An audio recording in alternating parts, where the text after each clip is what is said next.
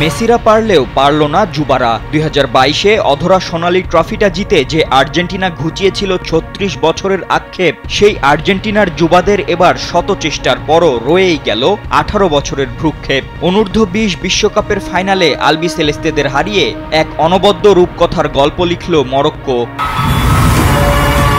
চিলির সান্তিয়াগোর এই রাতটা যেন আফ্রিকান ফুটবলের ইতিহাসে অমর হয়ে থাকল। যে রাতের নায়ক ইয়াসির জাবিরি শক্তিশালী আলবিসেলেস্তের বিপক্ষে 2 গোল করে তার নেতৃত্বেই প্রথমবারের মতো বিশ্ব জয় করল উত্তর আফ্রিকার দেশটি। নীল মজাদার গোলমার্ক বক্স, কুরমুরে বাইতে ফুরফুরে লাইফ। অথচ টুর্নামেন্টের শুরুতেও কেউ ভাবেনি এই দলটি ফাইনাল খেলবে। তবে এক এক করে স্পেন, ব্রাজিল, ফ্রান্স এবং অবশেষে ফাইনালে শক্তিশালী আর্জেন্টিনা বাধা টপকে এখন তারা বিশ্ব চ্যাম্পিয়ন।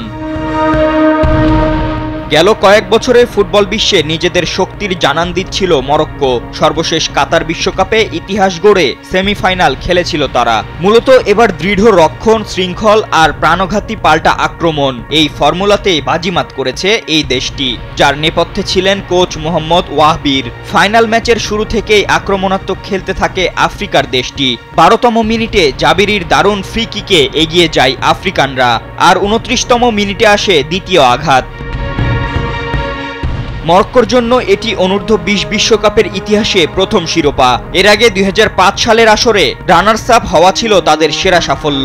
প্রায় 2 দশক পর এবার তারা লিখল নতুন ইতিহাস।